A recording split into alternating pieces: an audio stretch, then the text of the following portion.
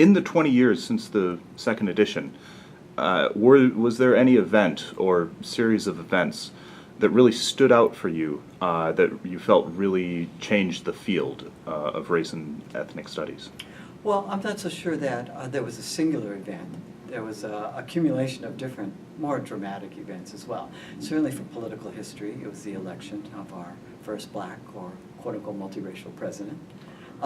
There was also a deepening around the ideology of color blindness, where that tended to take on a much more popular ascendance as a way of thinking about how to deal and grapple with issues of race and racism, which was essentially to ignore them.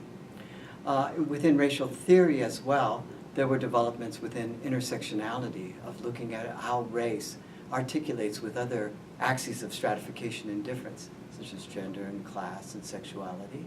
And I think as well there was ways in which the very concept of race itself continued to remain unstable.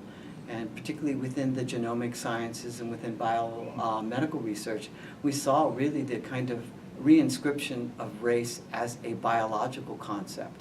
And so there was a whole series of issues happening both in theory and in terms of popular consciousness and in terms of politics in the United States that needed to be accounted for. So continuity and change. I mean, the theme of race and racism in the United States is so central to the whole development of the country and to our sense of identity and our beliefs about ourselves and each other, that in a certain way our message is pay attention to where we stand, where we sit in history. And that's a big project for us in terms of not only the book, but also in terms of this as a teaching tool to help people who read the book understand where they are in the historical trajectory of race. But at the same time, the shifts over the last 20 years have been enormous, and the contradictions remain enormous between, on the one hand, colorblindness, which we develop a big critique of that, but at the same time, the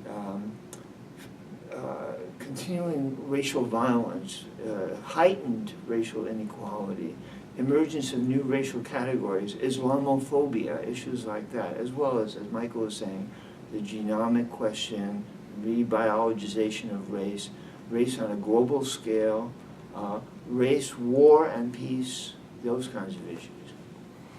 So, and as we're filming this, we've just seen 4 nights of riots in Ferguson, Missouri, and that sort of a thing. The events with the shooting of Trayvon Martin earlier or last year.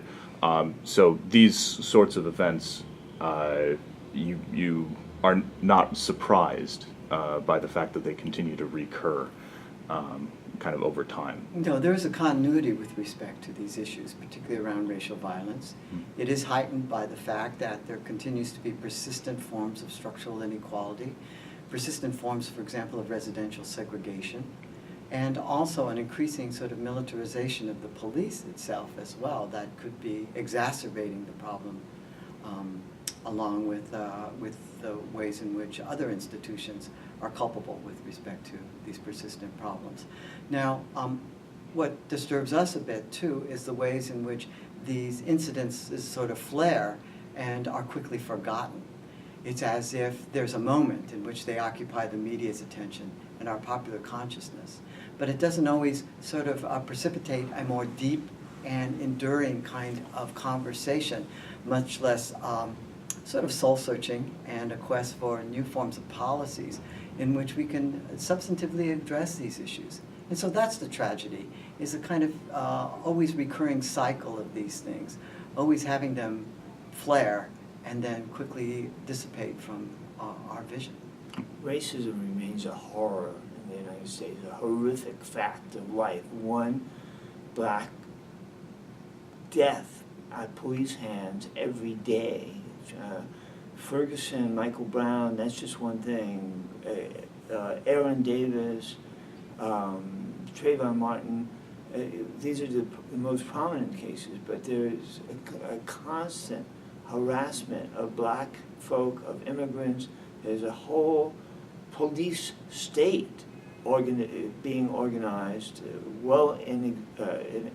under existence already in the United States. This is connected to surveillance scandals, to resistance to immigration reforms, and to the persistence of inequality in a general way. So that's a really important thing to recognize that is happening. But at the same time, it's really important to understand that there's more opposition to that. There's more challenge to that. However polarized the country is, there is a greater recognition of the evils of racism and the need to understand the significance of race. And again, this is what our core insights are about: the instability of race and racism, and the contentious, unresolved character